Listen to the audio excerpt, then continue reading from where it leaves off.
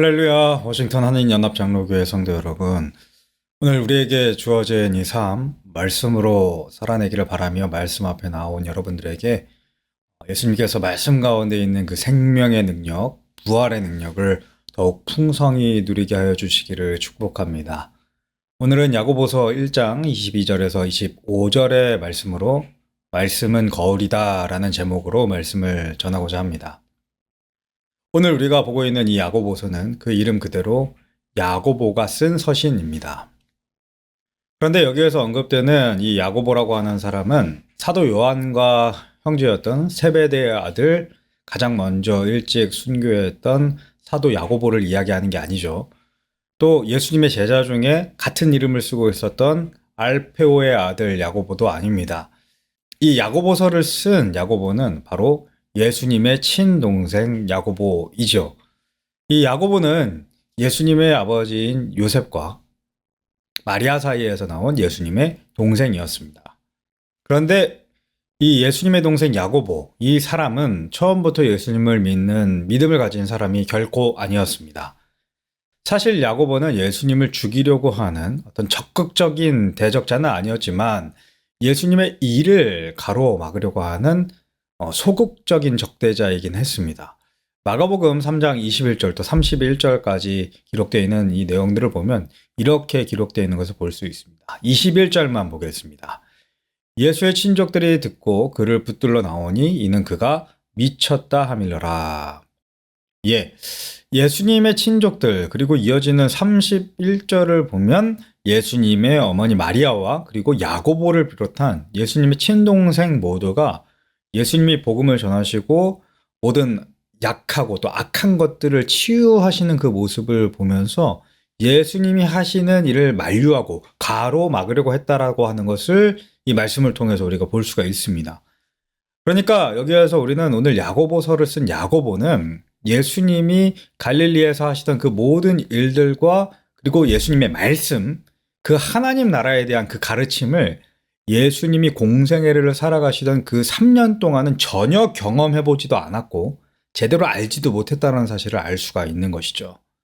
그런데 이 야고보는 예수님의 십자가 사건과 또 거기에서 죽으심과 그 이후에 있는 부활 사건을 목격했습니다. 자, 고린도전서 15장 4절에서 8절까지 말씀에서 사도 바울은 예수님의 부활을 목격한 사람들에 대한 명단을 다음과 같이 제시하고 있는 것을 볼 수가 있습니다. 장사 지낸 바 되셨다가 성경대로 사흘 만에 다시 살아나사 게바에게 보이시고 후에 12 제자에게와 그 후에 500여 형제에게 일시에 보이셨나니 그 중에 지금까지 대다수는 살아있고 어떤 사람은 잠들었으며 그 후에 야고보에게 보이셨으며 그 후에 모든 사도에게와 맨 나중에 만삭되지 못하여 난 자와 같은 내게도 보이셨느니라. 아멘. 그렇습니다. 예수님의 동생 야고보가 초기 예루살렘 교회의 기둥과 같은 리더십이 될 수 있었던 것은 또 오늘 우리가 보고 있는 이 야고보서를 기록할 수 있었던 것은 그가 부활하신 예수님을 분명하게 목격하고 만난 부활에 대한 분명한 경험이 있었기 때문입니다. 그는 부활의 증인이었던 것이죠. 고린도전서 15장 7절을 잘 보시죠. 12 제자와 500여 형제를 부활하신 예수님이 만나주신 이후에 그 후에 야고보는 따로 예수님이 독대해 주셨습니다. 부활하신 예수님이 자신의 동생을 친히 찾아가셔서 그를 부활의 증인으로 변화시키신 것입니다. 부활하신 예수님을 만난 야고보가 얻은 이 새로운 정체성, 그것을 야고보 자신은 이렇게 표현을 합니다. 야고보서 1장 1절의 말씀입니다. 하나님과 주 예수 그리스도의 종 야고보는 흩어져 있는 12지파에게 문안하노라. 아멘. 야고보는 지금 자신을 예수님의 동생이라고, 그 중에서도 친동생, 혈육의 동생이라고 그렇게 말을 하질 않습니다. 내세우지도 않죠. 뭐라고 말하고 있습니까? 나는 예수 그리스도의 종이다 라고 표현을 하고 있습니다. 예수님의 동생 이 야고보는 이제 예수님을 자신의 형으로, 혈육으로 생각하지 않습니다. 야고보는 예수님을 주인으로 섬기는 사람이 된 것입니다. 아마도 야고보는 이 부활하신 예수님을 만난 경험 이후에 예수님의 모든 말씀들과 가르침들을 다른 사도들을 통해서 듣게 되었을 것입니다.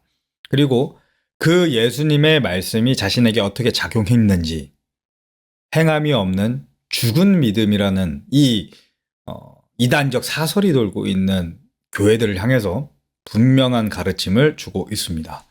이를 위해서 야고보는 아주 흥미로운 예화를 들고 있는데요.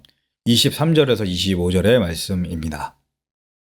누구든지 말씀을 듣고 행하지 아니하면 그는 거울로 자기의 생긴 얼굴을 보는 사람과 같아서 제 자신을 보고 가서 그 모습이 어떠했는지를 곧 잊어버리거니와 자유롭게 하는 온전한 율법을 들여다보고 있는 자는 듣고 잊어버리는 자가 아니요 실천하는 자니 이 사람은 그 행하는 일에 복을 받으리라. 아멘. 그렇습니다. 야고보는 지금 말씀에 대해서 이야기를 하고 있습니다. 자, 이 말씀이라는 단어는 문맥상 구약 성경을 뜻하는 것이 아니라 분명히 예수님의 말씀을 말하는 것입니다. 같은 것을 지칭하는 25절에 자유롭게 하는 온전한 율법이라고 하는 표현을 보시죠. 여러분, 율법이라는 것이 자유를 가져다 줍니까? 전혀 그렇지 않습니다. 모세가 중개한 율법은 또 율법뿐만이 아니라 세상의 어떤 법도 자유를 가져다 주는 것이 아니라 오히려 자유를 제한하고 억압하고 하는 것이 바로 법이죠. 그러나 예수님께서 주신 새 언약 가운데 있는 예수님이 완전하게 하신 그 율법은 놀랍게도 자유를 가져다 줍니다. 모세의 율법이 죄와 사망의 법이라면 예수님이 새롭게 하시고 완전하게 하시는 율법은 사도 바울의 표현으로는 성령의 생명의 법입니다. 그리고 성령이 계시는 곳에는 반드시 자유가 있죠. 그러니까 오늘 야고보가 말하는 이 말씀이라는 것은 구약 성경, 그러니까 율법이라기보다는 예수님의 말씀, 그 복음을 의미하는 것으로 보는 것이 정확할 것입니다. 그런데 이 예수님의 말씀, 복음이 지금 어떤 역할을 하고 있다고 지금 야고보가 얘기하고 있습니까? 예, 말씀은 거울이다 라고 이야기하고 있습니다. 예수님이 사시던 2000년 전에는 사람이 자기 자신을 볼 수 있는, 자기 자신의 모습을 살펴볼 수 있는 그런 수단이 전무했습니다. 사진이 제대로 있는 것도 아니었고요. 그리고 초상화는 너무 비싸서 많은 사람들이 그리는 경우가 없었죠. 또 지금처럼 거울이 흔해서 집 곳곳에 거울이 걸려있는 시대가 결코 아니었습니다. 그리고 거울이 매우 비쌌기 때문에 경제적으로 여유가 있는 사람들의 전유물이었죠. 또 이 거울의 성능도 문제였습니다. 지금은 유리에 은이나 아말감 등을 도금해서 거울을 만들기에 거의 완벽하게 우리의 모습을 반사해서 정확한 모습을 우리가 거울을 통해서 볼 수가 있습니다. 그러나 예수님의 시대의 거울은 청동 거울이었습니다. 청동을 연마하고 또 연마해서 번쩍번쩍 빛이 나는 그 광택면에 자신의 모습을 비추어 보는 겁니다. 그런데 그 선명도가 지금 우리가 쓰는 거울에 비할 바가 전혀 아니었습니다. 그래서 그 당시의 사람들은 청동 거울로 자신을 보는 것 자체가 매우 희귀한 경험이기도 했고, 더 나아가서 그 청동 거울로 자신의 모습을 보더라도 흐릿하게 또 희미하게 보였기 때문에 내가 이렇게 생겼구나, 신기하네, 재미있네 라고 그냥 그 정도로 생각하고 곧바로 그 모습을 잊어버리고 살아가는 게 일반적인 경우였던 것이죠. 예수님의 동생 야고보는 예수님의 말씀을 자유롭게 하는 그 온전한 율법을 보고 그 말씀에 따라 살지 않는 사람들을 거울을 보고 자신의 모습을 곧 잊어버리는 사람들과 똑같다고 지금 비유를 하고 있는 것입니다. 이 말씀을 거울에 비유하는 이 거울 비유에서 우리가 캐치해야 되는 메시지가 있습니다. 저는 오늘 그것을 세 가지로 좀 정리해보고자 합니다. 첫 번째로 말씀을 행하라 라는 메시지입니다. 이 말씀을 듣고 계시는 여러분들, 이 메시지가 사실은 너무 당연한 거 아니야? 라고 생각하실 수 있겠습니다. 그런데 이렇게 한번 생각을 해보시면 좋겠습니다.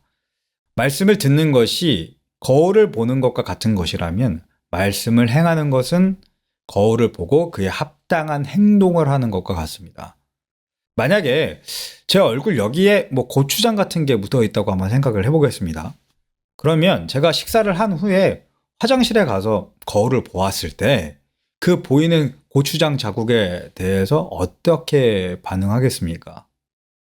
예, 그 거울에 있는 고추장 자국을 보고 물로 씻어내겠죠. 이게 너무나도 당연한 반응 아닙니까? 그런데 만약에 거울을 통해서 제 얼굴에 고추장 자국을 제가 봤을 때 제가 아무런 행동을 안 한다고 생각을 해보죠. 여러분, 그게 이상한 거 아닙니까?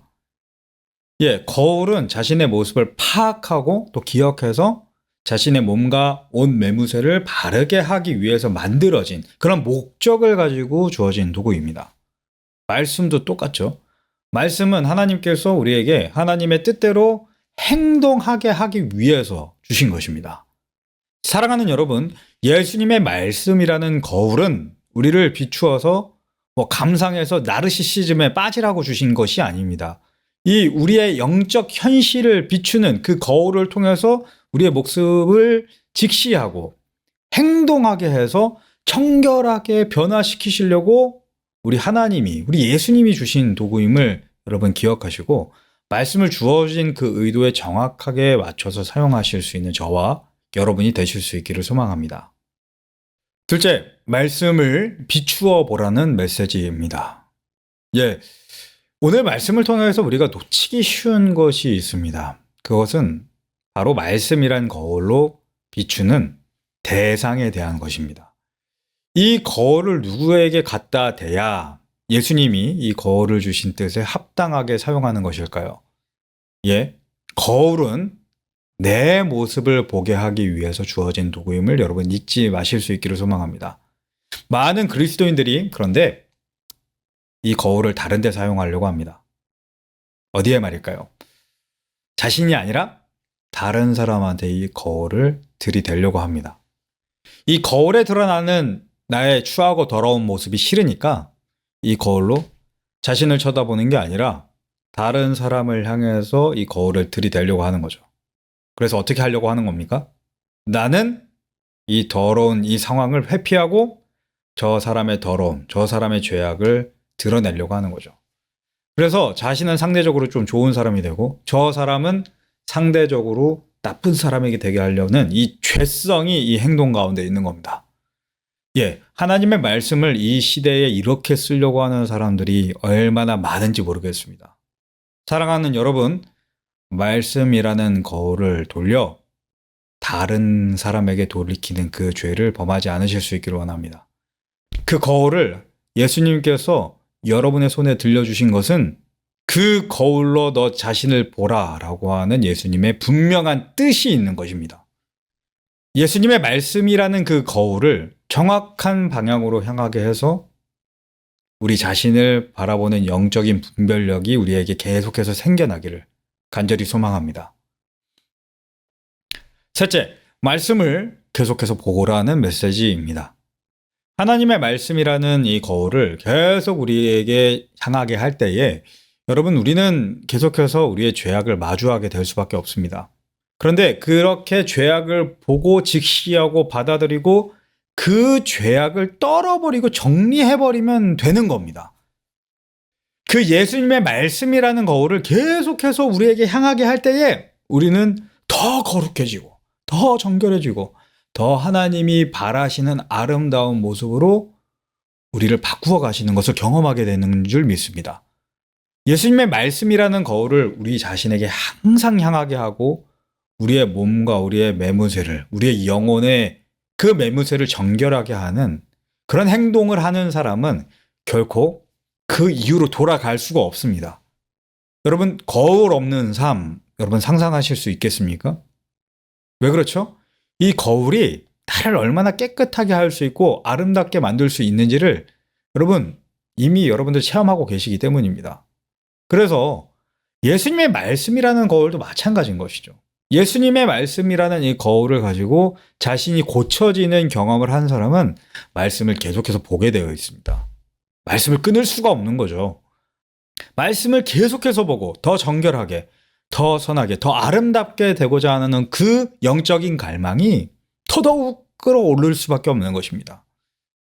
사랑하는 여러분, 오늘 하루, 아니 우리가 세상에서 평생도록 살아가는 그 모든 과정 가운데서 우리가 계속해서 하나님의 말씀을 붙잡고 계속해서 그것을 마주 보아서 우리의 삶이 변화되는 그 역사를 계속해서 날마다 체험하실 수 있기를 주님의 이름으로 축복합니다.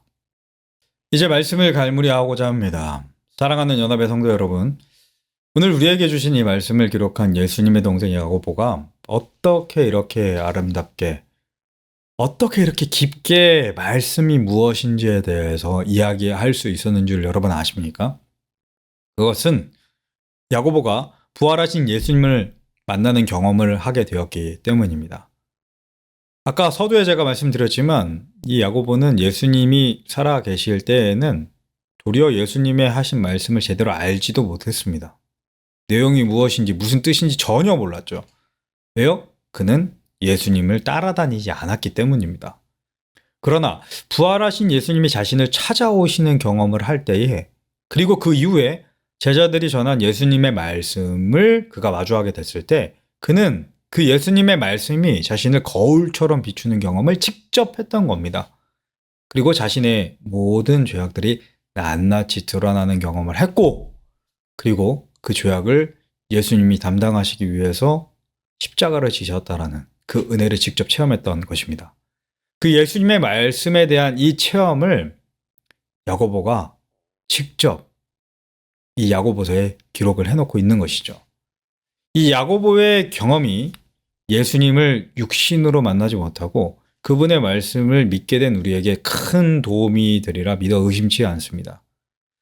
말씀을 우리의 영혼을 비추는 거울로 사용하고 그 거울에 비추이는 나의 모든 죄악들을 떨쳐내는 그 행동을 통해서 하나님이 우리를 정결하게 하시고 하나님이 우리를 치유하시고 하나님이 우리를 아름답게 하시는 그 모든 과정들을 실제로 경험하시는 은혜가 넘치는 하루 되시기를 주님의 이름으로 축원합니다. 기도하겠습니다. 하나님 아버지 감사합니다. 오늘 예수 그리스도의 친동생 야고보가 남긴 말씀을 통해 하나님의 말씀, 예수님의 말씀이 우리의 모습을 비추는 거울임을 알게 해주시니 감사합니다. 예수님의 말씀이 때로는 우리의 죄악을 폭로하는 것만 같아서, 드러내는 것만 같아서 너무도 아프게 다가오지만, 너무도 그것이 수치스럽게 다가오지만 그 아픔과 수치를 견뎌내고 직시하며 우리에게 묻어있는 그 죄악을 정결하게 하고자 말씀대로 행하고자 할 때에 예수님께서 우리를 정결하게 하시고 의롭게 하시고 선하게 하시고 아름답게 하시고 치유하시고 완전하게 하시는 은혜를 경험할 수 있게 될 줄 믿습니다. 오늘 이 하루 말씀을 의지하는 모든 성도들에게 하나님이 이 은혜가, 이 기적이 실제로 일어나도록 하나님의 말씀에 기록된 그대로 역사하여 주옵소서.